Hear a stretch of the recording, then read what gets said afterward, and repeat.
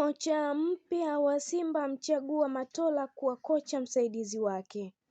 Kocha mkuu wa klabu ya Simba Steve Barker amempendekeza Suleiman Matola aendelee kusalia kikosini hapo kama kocha msaidizi namba 2 katika benchi la ufundi ambalo anatarajia kuja kuliunda siku chache zijazo baada ya kocha msaidizi namba 1 kuwasili kwenye kikosi kwa ajili ya maandalizi.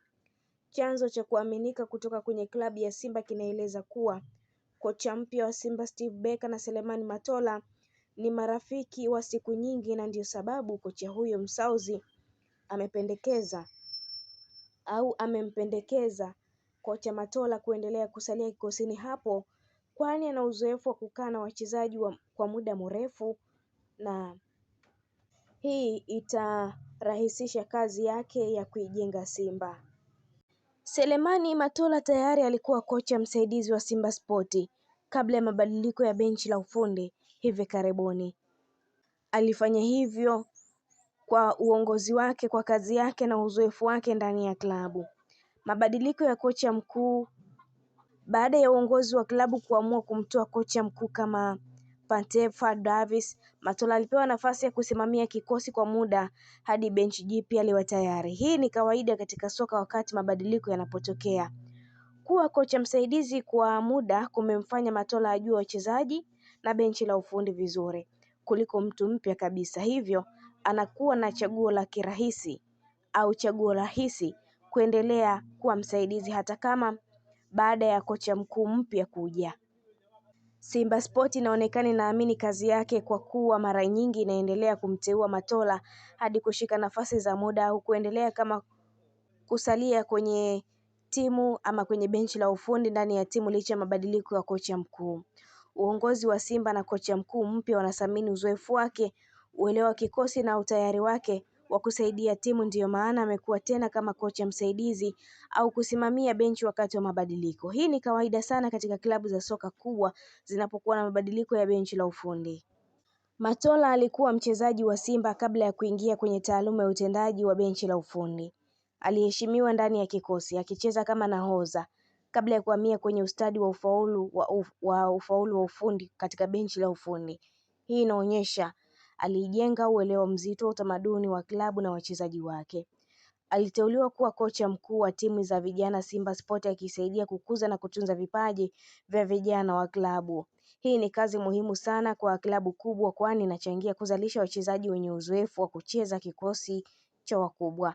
Simba ilisema ana uwezo wa kuwaleta vijana kama Jonas Mkude na Saidi Ndemla kupitia mfumo wa vijana kipindi hicho. Baadaye alipewa nafasi ya kocha msaidizi wa timu ya kwanza senior team, nafasi ya heshima na kutegemewa ndani ya benchi la ufundi. Kama kocha msaidizi, yeye huwa akisaidia kutoa mikakati, maelekezo ya mchezo na kujiunganisha na kocha mkuu katika siku za mechi. Matola alikuwa akizungumza na wachezaji na mashabiki kabla na baada ya mechi, akitoa mwongozo wa kiufundi kuhusu malengo ya timu na mikakati. Hii ilionyesha amekuwa kinara wa kiufundi hata bila kuongoza kama kocha mkuu rasmi juu ya kila mchezo. Matola amekuwa akifanya kazi na makocha mbalimbali wa Simba, akibadilika kulingana na mtindo wake wa kocha mkuu na kuwa sehemu ya benchi. Uongozi wa klabu umekuwa ukimkubali na kumteua mara kwa mara, ikiwa ni ishara ya imani yake na mchango wake. Suleiman Matola ni mtu wa nyumbani Simba Sport. Kutoka kuwa mchezaji wa Simba hadi kuwa kocha wa vijana kisha kocha msaidizi wa timu kubwa. Uzoefu wake ndani ya klabu ni mkubwa kwa sababu amefanya kazi mbalimbali na amejijengea uelewa mkubwa na utamaduni wa klabu, wachezaji na mikakati ya soka. Jinsi Steve Barker na Suleiman Matola watakavyofanya kazi pamoja.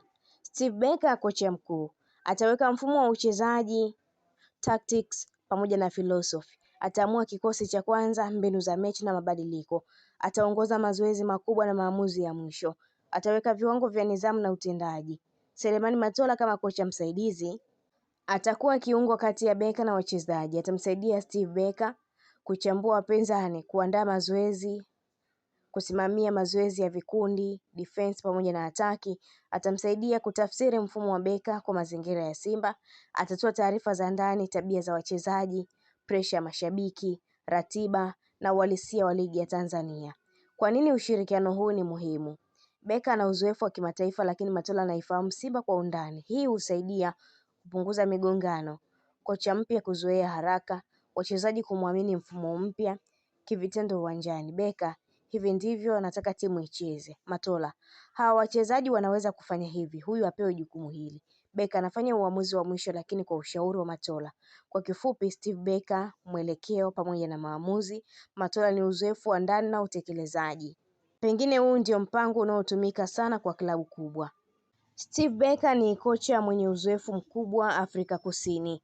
Amefundisha kwa miaka mingi kwenye ligi ngumu ya PSL Premier Soccer League, ligi inayojulikana kwa ushindani mkubwa na nidhamu ya juu ya kiufundi. Alikuwa kocha mkuu wa Stellenbosch FC, hii ndio timu aliyoitambulika zaidi. Aliijenga timu kutoka klabu ndogo hadi kuwa timu ya ushindani mkubwa PSL.